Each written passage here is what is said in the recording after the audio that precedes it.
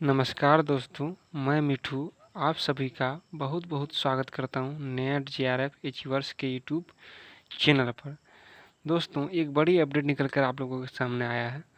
Jharkhand PGT post graduate teacher और TGT teacher का जो एप्लीकेशन फॉर्म आया है नोटिफिकेशन, उसमें बहुत से अभ्यर्थी यह सवाल पूछ रहे थे कि आरक्षण का लाभ लेने के लिए जो जाति निवासी जो होता है कास्ट सर्टिफिकेट और रेसिडेंटल सर्टिफिकेट, वो किस तिथि का निर्गत किया हुआ होना चाहिए, यानी कि इशू डेट कब का होना चाहिए, और सीयू लेवल का होना चाहिए या एसडीओ लेवल का या डीसी लेवल का। तो देख सकते हैं आप नोटिफिकेशन में इस चीज़ को स्पष्ट मेंशन किया गया है कि स्थानीय निवासी प्रमाण पत्र, मतलब जो कि निवासी प्रमाण पत्र के लिए जो अभ्यर्थी आरक्षण का लाभ लेंगे, एसटी, एससी, बीसी 1, बीसी 2 वाले स्टूडेंट, ईडब्ल्यूएस वाले, तो जो स्थानीय निवासी प्रमाण पत्र होगा 2 तारीख 6 महीना 2016 से के बाद का है तो आपका एसडीओ लेवल का होना चाहिए। ठीक है, ध्यान दीजिएगा। 2 तारीख 6 महीना 2016 के बाद का है तो आपका स्थानीय निवासी प्रमाण पत्र एसडीओ लेवल का होना चाहिए। और वही आप अगर 19 वही आप अगर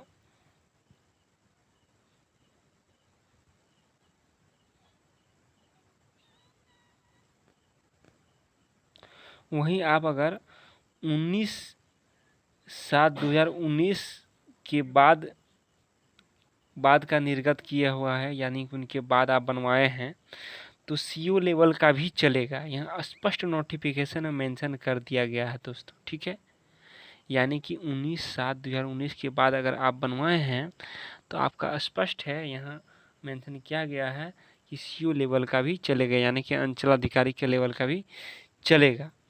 और यहाँ फिर स्पष्ट देख सकते हैं नोटिफिकेशन लिखा गया 19/7/2019 के पूर्व अंचलाधिकारी के स्तर से निर्गत स्थानीय निवासी प्रमाण पत्र मान्य नहीं होगा। यानी कि 19/7/2019 से पहले अंचलाधिकारी से निर्गत स्थानीय निवासी प्रमाण पत्र मान्य नहीं होगा। ठीक है, यहाँ की नोटिफिकेशन में दिया गया है। और आगे देखते हैं, 2/6/2016 से के पूर्व किसी भी स्तर से निर्गत स्थानीय निवासी प्रमाण पत्र मान्य नहीं होगा। यानी कि 2016 से पहले अगर आप डीसी लेवल का भी बनवा के रखे हैं तो यह मान्य नहीं होगा। और दूसरी बात यहाँ ध्यान देने वाली है दोस्तों कि जाति निवासी जो प्रमाण पत्र होना चाहिए, जो निवासी प्रमाण पत्र होना चाहिए, वो ऑनलाइन मोड का होना चाहिए, ऑफलाइन मोड का नहीं चलेगा। अगर आप ऑफलाइन मोड वाले ऑनलाइन करते हैं तो आपका नोट रद्द कर दिया जाएगा और आप भारी लफड़ा में पड़ सकते हैं, इसलिए इस चीज़ को ध्यान दीजिएगा।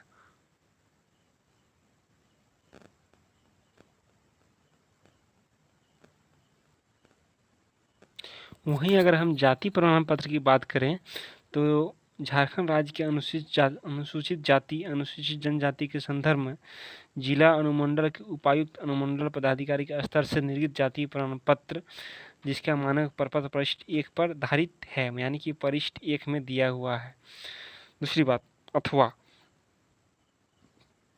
क्या दिया है, 25/2/2019 द्वारा निर्धारित प्रपत्र 25/2/2019 को अथवा उसके पश्चात अंचलाधिकारी के स्तर से निर्गत जाति प्रमाण पत्र जिसका मानक प्रपत्र परिशिष्ट 3 पर धारित है, यानी कि प्रपत्र परिशिष्ट 3 में दिया हुआ है कि 25/2/2019 के बाद जिसका भी सीओ लेवल का जाति प्रमाण पत्र है वो मान्य होगा।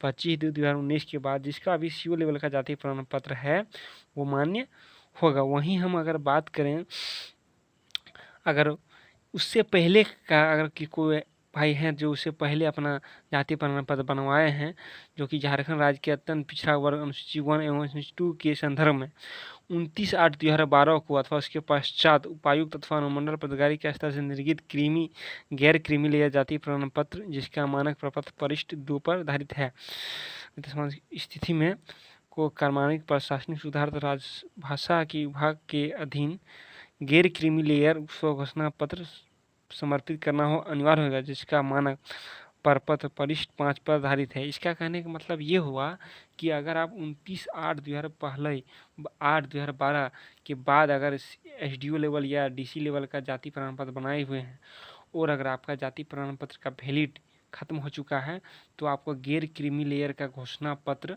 देना होगा, जो कि परिशिष्ट 5 पर दिया हुआ है, वो देना अनिवार्य होगा।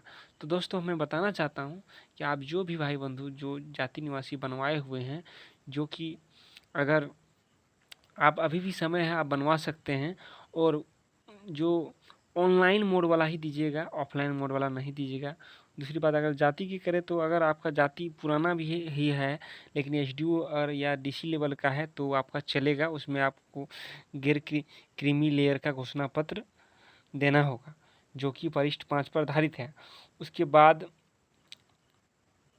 अगर आप 25/2/2019 के बाद बनवाए हैं सीओ लेवल का, तब तो आपको टेंशन नहीं है, ठीक है, उसमें कोई दिक्कत नहीं है।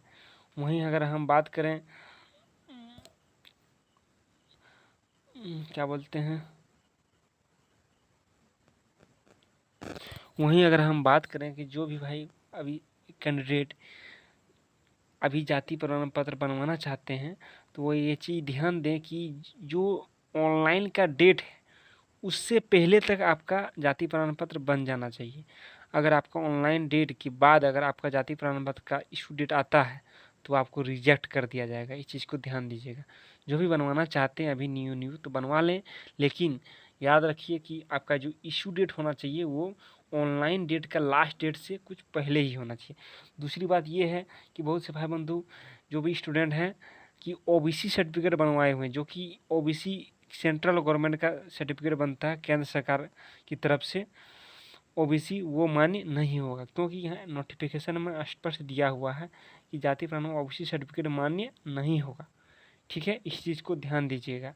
आपका सर्टिफिकेट BC1 या BC2 वाला और स्टेट्स गवर्नमेंट के द्वारा ही जारी किया हुआ होना चाहिए। इस चीज़ को ध्यान दीजिएगा। अभी तक के लिए इतना ही, तब तक के लिए धन्यवाद और मिलते हैं बाद में नेक्स्ट वीडियो को लेकर। और कोई भी इंक्वायरी दिक्कत हो तो हमारे कमेंट कीजिएगा, उससे रिलेटेड मैं वीडियो बना दूँगा और आपको जवाब मिल जाएगा। और हमारे नेट JRF अचीवर्स चैनल को सब्सक्राइब करना ना भूलें और बेल आइकन को दबाना ना भूलें, जिससे मेरे चैनल में जो भी न्यू वीडियो बनाऊं उसका अपडेट आप तक जल्द से जल्द पहुँचे। इस चैनल को सब्सक्राइब कर लें और हमारे डिस्क्रिप्शन में मेरा टेलीग्राम चैनल का लिंक नेट JRF अचीवर्स है, वहाँ से जुड़ के नोटिफिकेशन को डाउनलोड करें और बहुत सी जानकारी को प्राप्त करें। धन्यवाद।